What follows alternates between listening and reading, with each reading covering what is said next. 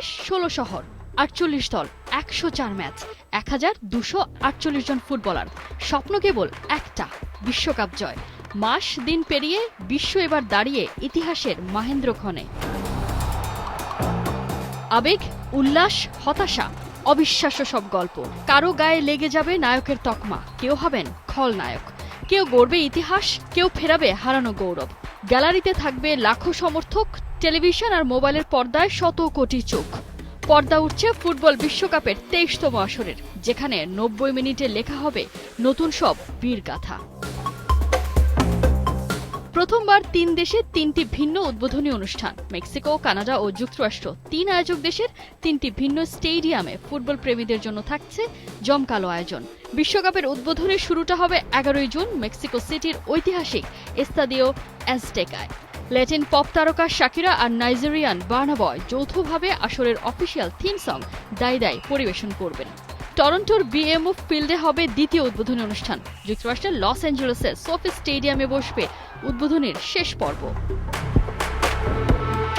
Cape Verde, Curacao, Jordan, Uzbekistan এবারের আসরে অভিষেক হতে যাচ্ছে এই ৪ দেশের। এদিকে ৯২৫ জন ফুটবলার আছেন প্রথমবার বিশ্বকাপে ম্যাচ খেলার অপেক্ষায়। প্রথমবার বিশ্বকাপে রাউন্ড অফ 32।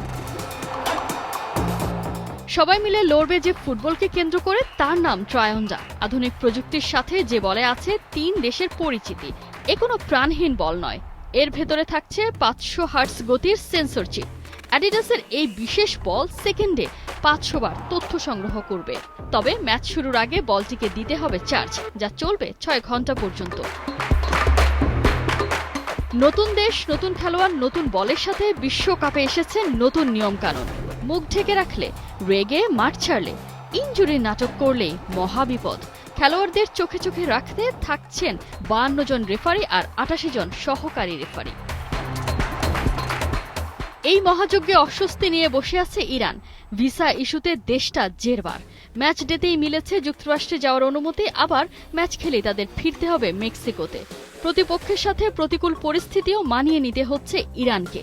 এখানেই শেষ নয়, ইরান ফুটবল ফেডারেশনের দাবি তাদের জন্য বরাদ্দ থাকা টিকিট বাতিল করা হয়েছে। ৩৯ দিনের শ্বাসরুদ্ধকর লড়াই শেষে ১৯ জুলাই পর্দা নামবে এই মহরণের। শেষ পর্যন্ত কে হাসবে শেষ হাসি, কার গলায় থাকবে চ্যাম্পিয়নের মেডেল, কার হাতে উঠবে শিরোপা, তাই দেখার অপেক্ষায় গোটা দুনিয়া।